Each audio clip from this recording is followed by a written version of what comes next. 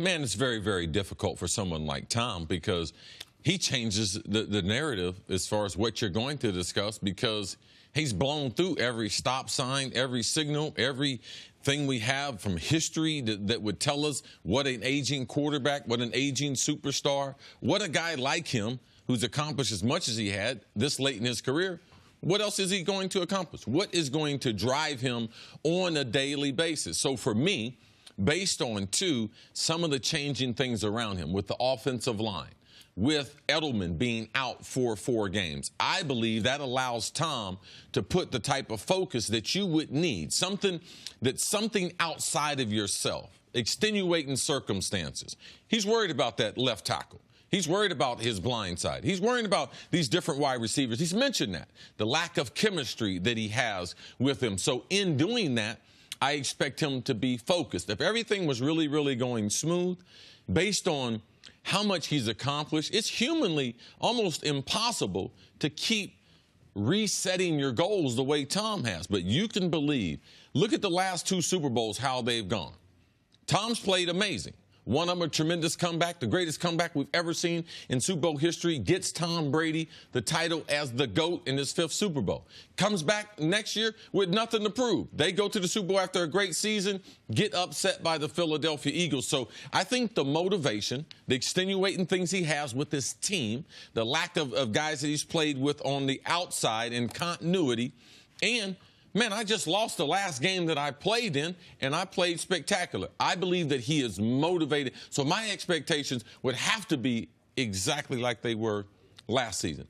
I expect him to throw for 4,200 yards. I expect him to throw over 30 touchdowns. I don't expect him to throw a whole bunch of interception. And I expect the Patriots to win 12 games and be in the AFC Championship.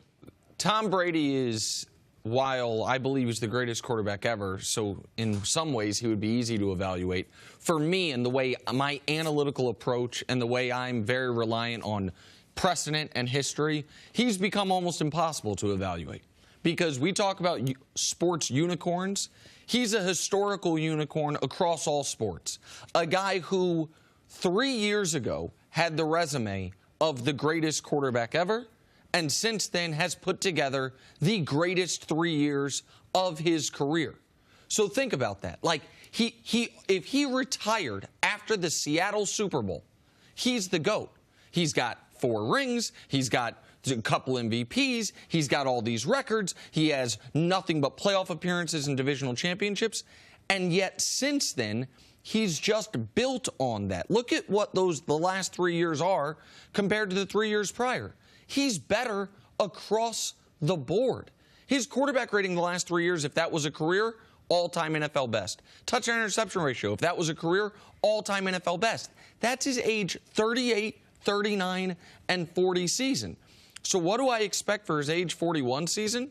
For Tom Brady to keep making all the doubters look like fools. That is assuming he's healthy, which he has been throughout his career, and that is assuming that he does not lose what you're talking about, which is the ability to continue to self-motivate, the ability to continue to convince himself they don't believe in me, or I'm not as good, or I was the 199th pick for a reason. And in that regard, maybe the way the Super Bowl ended actually works in his favor this year, that Tom Brady says, listen, I'm a guy that's been to 8 of these things. My last memory in the Super Bowl is going to be a strip sack? Going to be the team losing because of a mistake I made? Hell no, it's not. So maybe that's the newest motivating factor. But I'm out of the Tom Brady doubting business because I tried to use all history and precedent last year to show why he wasn't going to be what he was, and he won the league MVP. So we go full circle then. We come back around and say, well, what does he have left to prove? You know, to either to himself or to his family or to NFL history or to fans. You have to look at this guy and how he does self-motivate, which, by the way, is not easy to do when you've accomplished as much as you have, and say, well, what else does this guy have to prove? Well, sometimes that's why team sports is so great. It can be agonizing because you're dependent on so many people. There's so many variables that come into play to determining who's going to be a champion. But looking across and looking at your peers, and for guys that aren't Tom Brady, like Marcus Cannon, one of his offensive linemen, he's got accountability to that guy Gronk, how long is he going to play? They've had a lot of fun together. But how long is he going to play? So he's got accountability to Gronk. That head coach, if he's out there, if Bill Belichick is coaching you, Tom Brady knows I got to be accountable to that guy, what he wants me to do. So a lot of times, all you need to do is get to the building. And once you see your teammates in the organization, you can find the motivation. It's for that guy. It's for that guy. It's for that guy. It's for that guy, so that they can continue to win. And they also have some guys on the Patriots team that have not won. So Tom trying to get those guys their first ring, it becomes very, very important in the locker room. And that is the biggest X factor and the biggest question of the Patriots season, because there's not a whole bunch of suspense, not when they play in that division, and not when we have grown to expect Brady to be at his best in the biggest spots. We know they're going to be in the playoffs. We know they're almost assuredly going to be a top 2 seed. At least they have been every year this decade. So what are we really talking about with the Patriots until January?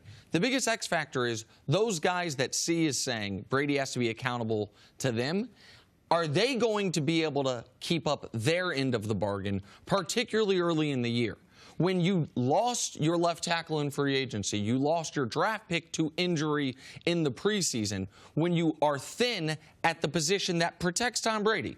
And the first game you have Houston, and the second game you have Jacksonville. Are those guys going to be able to make sure that Tom Brady can play a full 16 games and not deal with something that is an underrated factor every year in the NFL, and we don't do a good enough job talking about it, which is a player who gets dinged early, who doesn't miss games, but is never right. We saw Cam deal with this a couple years ago. We saw Russell Wilson deal with this 2 years ago, I believe. Played throughout the season. Andrew Luck, a guy, if he doesn't miss games, we think, okay, he must be fine, but he's never actually fully healthy. And I would argue that if you could pick any 2 teams in the AFC, the Pats would rather play the Steelers early than the Houston front and the Jacksonville front. Yeah, of course. While they're figuring out their offensive line. So that is the X factor. Is we've showed the highlights of last year against Houston, of Jadeveon Clowney coming off and crushing Brady a few times. That is the question, because even though he's blowing through all these stop signs, the human body has, even Brady's, and as pliable as it is, has a limit. And those 2 teams early against that offensive line, that's the one concern I would have for New England. I know you have been really concerned with this offensive line in New England for a while now, but are you also to the point where you're worried about Tom Brady's safety and durability, making it through 16 games? No, they get rid of the football. Their system allows him to be able to get rid of the football very, very quickly. They throw to the running backs, throw to their tight ends. They don't hold the ball a long time. So it's a matter of not how many times you can sack Tom Brady, how many times can you put a hit on Tom Brady. So, no, they have their best offensive line coach in the NFL. So worried would be not. We're looking for things that would lead or not have the Patriots make it to the Super Bowl. So when you talk about things, that's what it's not. I'm worried about it. Yeah. When I look at their football team, I look at strengths and I look at weaknesses. What are the pluses? What are the minuses? And there's no way you look at that offensive line and think, you know something, this is going to be the strength of that team. That would, now at the end of the season, they might be, but it's not going to be starting week number 1. If we flip to the last page of the book and we see, the Patriots didn't make the AFC Championship game. What happened in the intervening 200 pages? It would be something like the offensive line never got right. The weapons weren't good enough. Brady got dinged early. They didn't repair that defense. Right. They had to go to Brian Hoyer. Or the defense, which is, just like with the Cowboys, we don't talk enough about the defense possibly being good. With the Patriots, I don't know if we talk about enough of the defense, how much issues they had last year and that they didn't fix it.